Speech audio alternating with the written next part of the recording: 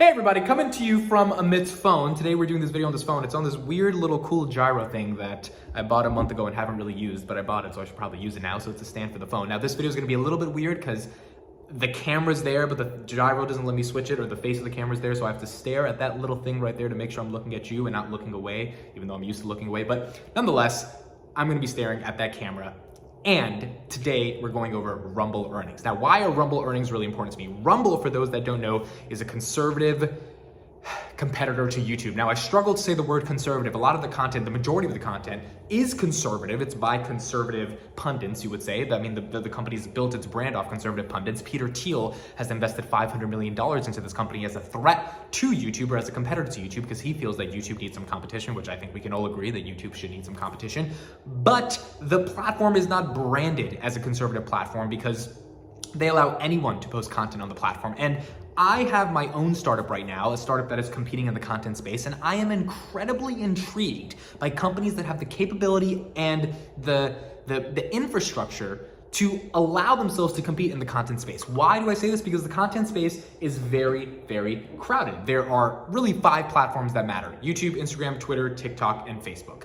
You can throw, Snapchat in there, LinkedIn in there, but these are the content platforms that have the majority of our attention. So when a new competitor comes in and puts up some of the numbers that Rumble has put up in its third quarter, it's interesting because if they can continue to grow, if they can build on this type of momentum, there is a world in which they actually compete against the big dogs in this case being YouTube. And I think that's why Thiel invested in them in the first place. It's an incredibly exciting company, not because of really the platform, but because of the fact that they've had the ability to get people to post on the platform. And we'll talk a little bit about why they've been able to have some of this growth. So let's get into the numbers. Q3 revenue, 430% has been increased, $11 million compared to Q3 2021. So they have a 430% increase since last year, 2021, and 150% compared to last quarter. So they're growing 400% year over year and 150% quarter over quarter. Average monthly active users increased 97% compared to Q3 2021. So about 100% year over year gain to 71 million people. So they had about 35 million people in 2021 using the service monthly. Monthly active user just means you log on once per month. You don't have to do anything except like log on to the platform and you count as a monthly active user.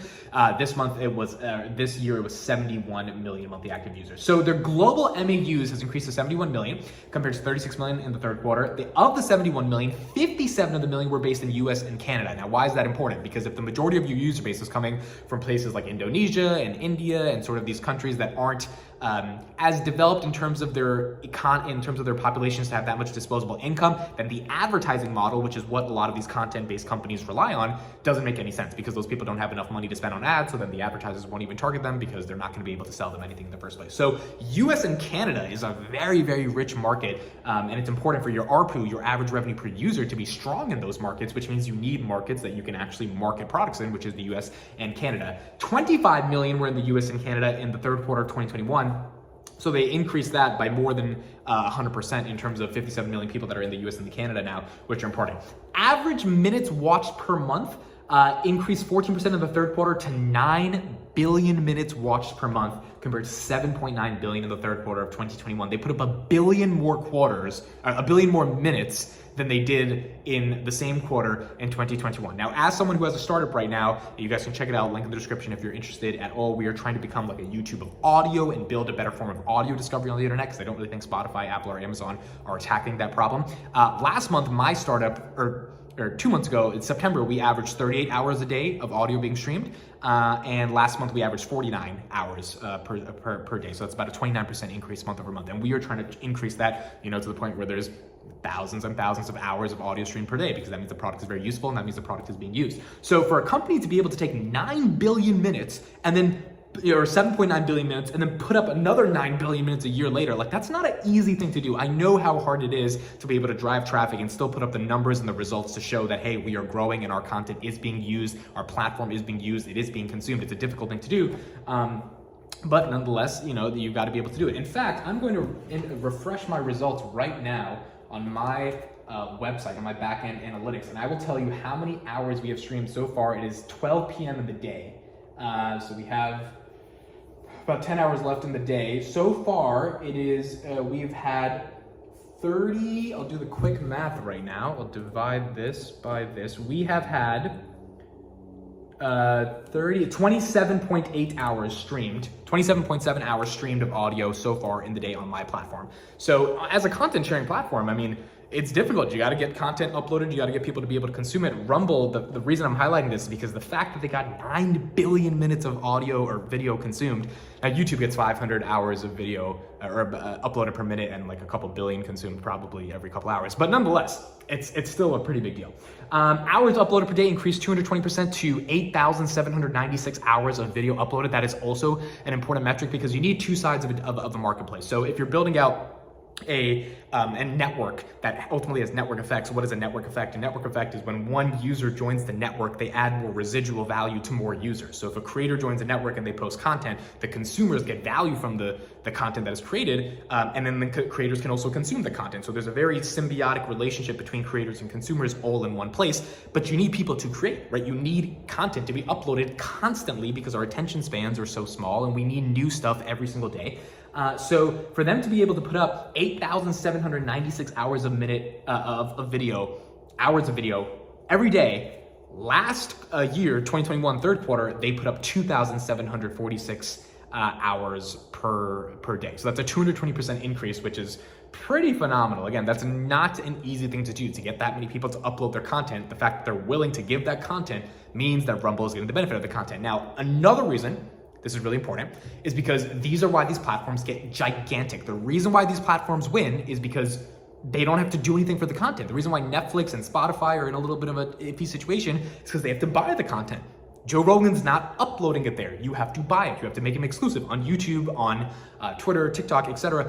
Everyone's just uploading the content. So all you have to do is organize it. Now, organizing it is not easy, but I mean, it's easier than having to buy the content. It costs less money than literally buying the content. You can just hire the best engineers in the world versus hiring the best talent in the world, because the talent, someone like me, will make this YouTube video for free and give it out into the world and hopefully try to gain some influence from it. So this is why these business models are really sticky, and when they work, they work. It is wrong to assume that a company that is in the content space is going to die out if they're putting up numbers like this and be like, oh, they're never gonna beat YouTube, right? Like, maybe they never beat YouTube, but if they get big, they can really challenge it. And when they're putting up numbers like this, it's important to not overlook them. Third quarter revenue increased 430% to $11 million. Now, 11 million did seem kind of shy to me. I thought they would have been able to put up more numbers, but at the end of the day, it is an advertising service and you need a lot of clicks and a lot of attention to drive revenue. The fact that it increased 430%, it was 2.1 million the third quarter of 2021, is a good thing. And it increased 150% from the second quarter of 2022. So they put up $4 million last quarter. They raised that to $11 million. So that's up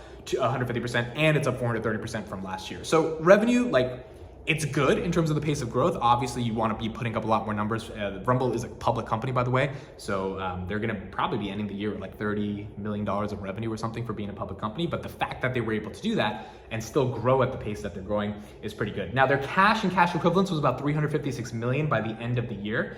They also added a bunch of new exclusive creators, including Glenn Greenwald, Steve Will Do It, Russell Brand, and they diversified their content library. I believe Andrew Tate, who got pretty much banned from a lot of these social media platforms, also was able to join Rumble and at least give them some content. And that just matters, right? If you have more influential creators that are not on the other platforms, that's where Rumble is able to step in. And this is the last thing I want to talk about here. This is where Rumble is creating a bit of a moat. Platforms that have censored other creators for saying certain things that they disagree with, or that the platforms deem are misinformation or not good, whether you believe that's good or bad doesn't really matter. What matters is the other platforms' opportunity to be able to seize on that. And so what's going on with Twitter right now is Elon Musk has said, you know, we should have a new era of free speech, and advertisers have left because they don't believe that certain types of speech should be on the platform. They don't believe that's free. They believe that's hate speech. And agree or disagree, that's the nature of the business.